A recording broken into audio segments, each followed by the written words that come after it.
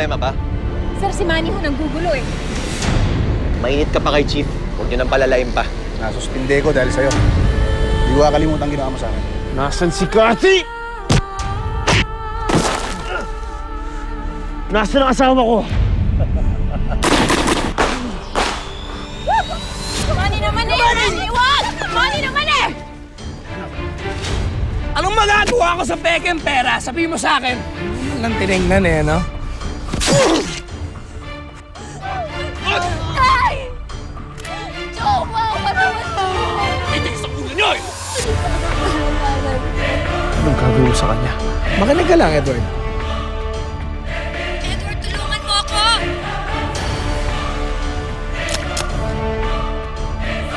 Dadala ko pa rin sa'yo, asawa mo. Pag-usapan natin to. Pag-usapan natin parang ayaw mo na huwag mo sasaktan si Cathy. Cathy!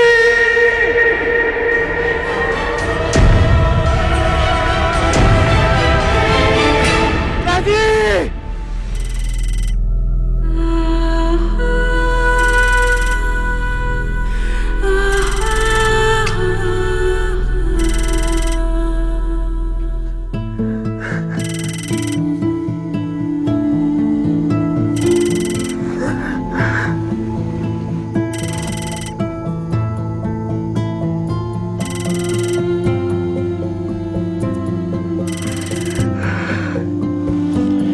Diyos ko, hindi ko na ho alam kung anong gagawin. Bigyan niyo ako ng lakas na lumaban pa. Bakit ka naman bumangon? Dadalan pa naman kita ng pagkain. Ikaw talagang tigas ng ulo mo. Cathy, sinabi ko naman sa'yo, wala lang to, lagnat lang to. Sige na, maupo ka dyan. Ikaw talaga. Sabi ko magpahinga ka eh. Alam mo, Edward, hindi kasi ako sanay na nagkakasakit ka. Pero alam mo, parang gusto ko na rin ito paminsan-minsan. Kasi at least nandito ka kasama ko. Ayoko maging mahina. Gusto ko na maging malakas para sa'yo. Dahil ako mag-aalaga sa'yo.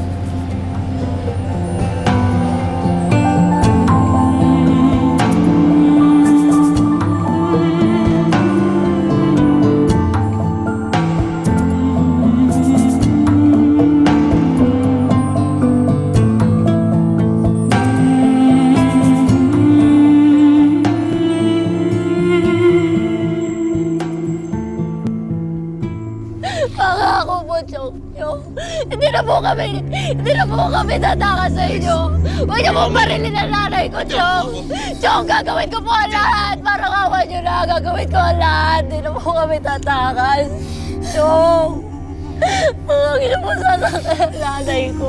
Tuparan mo yung pangako mo, Marisa. Dahil sa susunod, papatayin ko na talaga tong nanay mo, ha? Nay! Nay!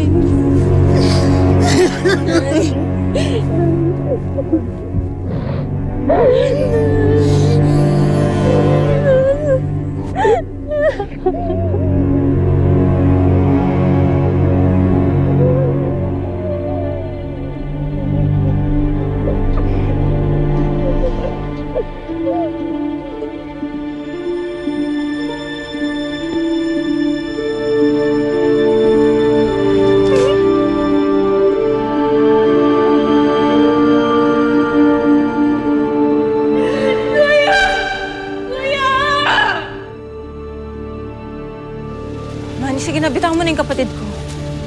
Traidor ka, Denise. Sinira niyo ako ni Edward. Manny, hindi naman mangyayari sa'yo yun kung hindi ka nasisilaw sa pere. Sige na, babayaan mo na kami. Bitaw mo na yung kapatid ko. Manny, sige na. Talaga lang, ha? Bitaw mo na ako. Hindi! Pagkatapos niyo ako sirain, bibitawan ko to. Sisirain din kita! Manny naman eh. Sige na, Chang. Manny! Manny, tama na. Manny, di ba ako kailangan mo? Bitaw mo na yung kapatid ko. Sige na. Manny, para awa mo Sama na. na ako sa'yo. Manny, bitaw mo na yung kapatid ko. Ate! Sige na. Tumakbo ka na. Tumakbo ka na, Marco. Chang, ikaw na bahala. Subukan niyo sumunod. Sige na, tama na. Tama na, Marco. Tama na, Marco. Takbo na! Tumakbo ka na! Sige na, tama na. Pumasok ka sa kotse! Sige na. Pasok!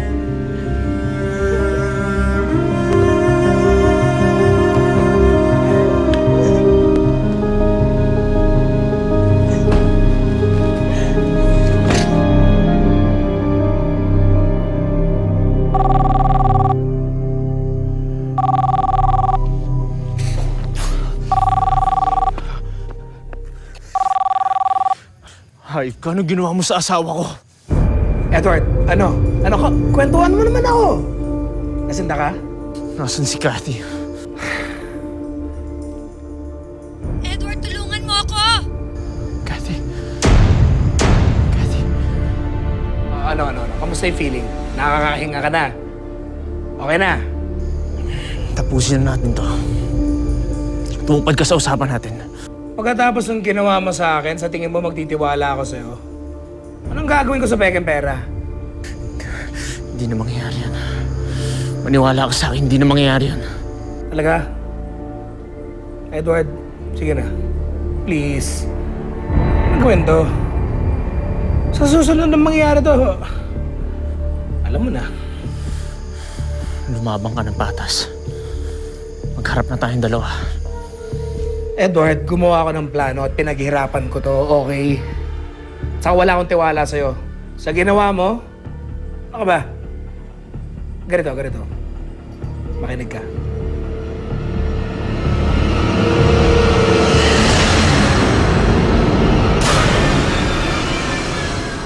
Okay, thank you. Sige, salamat. Alright. Wala na pala sa NBI si Edward. Saan na napunta yung lalaking yon?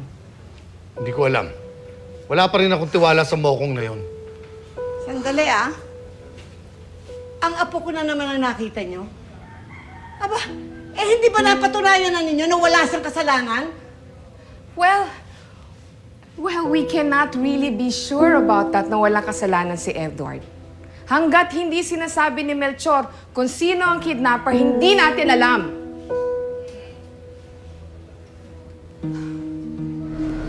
Saan si Melchor? Ito, sir.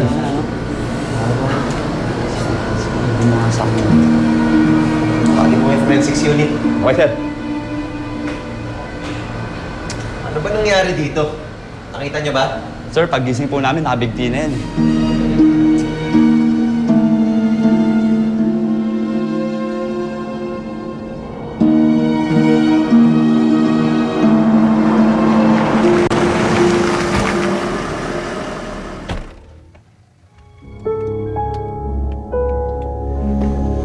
Tumawag ka. Pare, mahingin sana akong pabor sa'yo. Oo ba? Basta kaya ko. Ano? Pare, tinawagan ako ng kidnapper. Gusto niya ibang tao magdala ng pera sa kanya. Isang kaibigan o isang taong malapit sa akin. Ikaw kagad pumasok sa isip ko. Ako magbibigay ng pera sa kidnapper.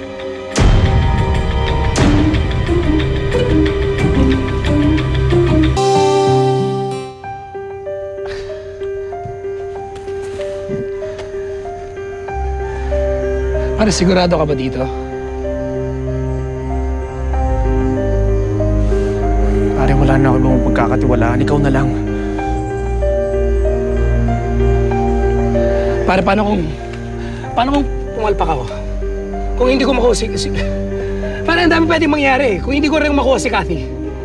Gabi, nakikiusap ako sa'yo.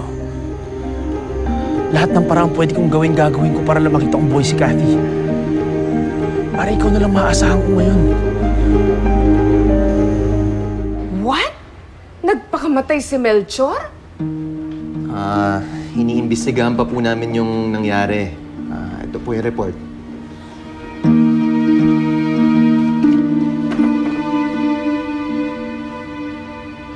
Ano to?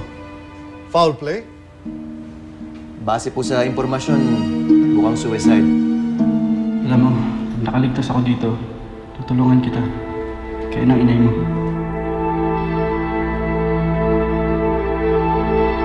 Kung nasaan ka man ngayon, sana maayos yung kalagayan mo, Marisa. Kahit anong mangyari, Di ko kakalimutan yung pangako ko sa'yo.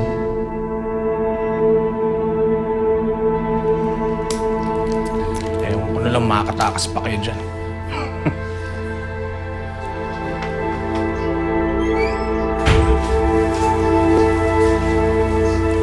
Anak, hindi na yata talaga tayo makakatakas dito. Nay, huwag niyo pong sabihin yan. Kung dati po wala tayong makapitan, hindi pa rin po ako nawalan ng pag-asa na magbabago yung buhay natin. Nay, ngayon, huwag po kayong mawalan ng pag-asa. Ngayon po, araw-araw kong pinagdarasal na sana hindi makalimutan ni Ryan yung pangako niya sa akin. Anak, ikaw na rin ang nagsabi, di ba? Hindi alam ni Ryan kung saan ito. At saka, hindi mo rin alam kung nakatakas si Ryan, di ba? Nay, aasa pa rin po ako. Kasi, mas masakit na isipin na hanggang dito na lang po tayo, Nay.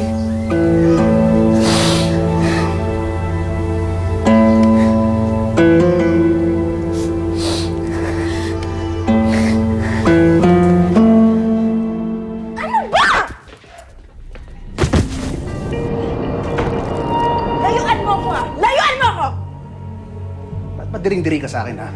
Pero pag si Edward yung kasama mo, kulang na lang isiksik mo katawan mo sa kanya. Ano kala mo? Papatulang ka nun? Ilang beses ko ba sasabihin sa'yo, magkaibigan lang kami, tigilan mo ako! Wala akong pakialam sa inyo ni Edward. Doon ka sa kanya, pero ibigay mo sa akin pera ko. Eh, hindi ko nga alam kung nasan eh! Ano ka ba? Hindi ko alam! Na kay Edward nga yung pera, sigurado ko ngayon, binibigay niya na sa mga kidnapper yun! Turo mo kung nasan siya. Ako pupunta sa kanya. Hindi ko nga alam! Hindi ko alam! Kapatid mong patay, pero wag ako! Sinira niyo na rin lang. Pues ibigay mo sa akin ang pera ko. Magpapakalayo-layo ako. Kaya hindi ka lalabas dito hanggang di mo binibigay sa akin yung pera!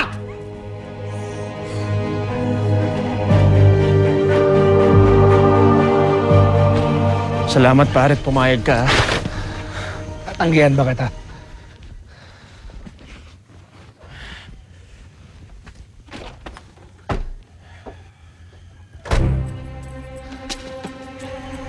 Ikaw na lang ang pagkakatiwalaan ko ngayon.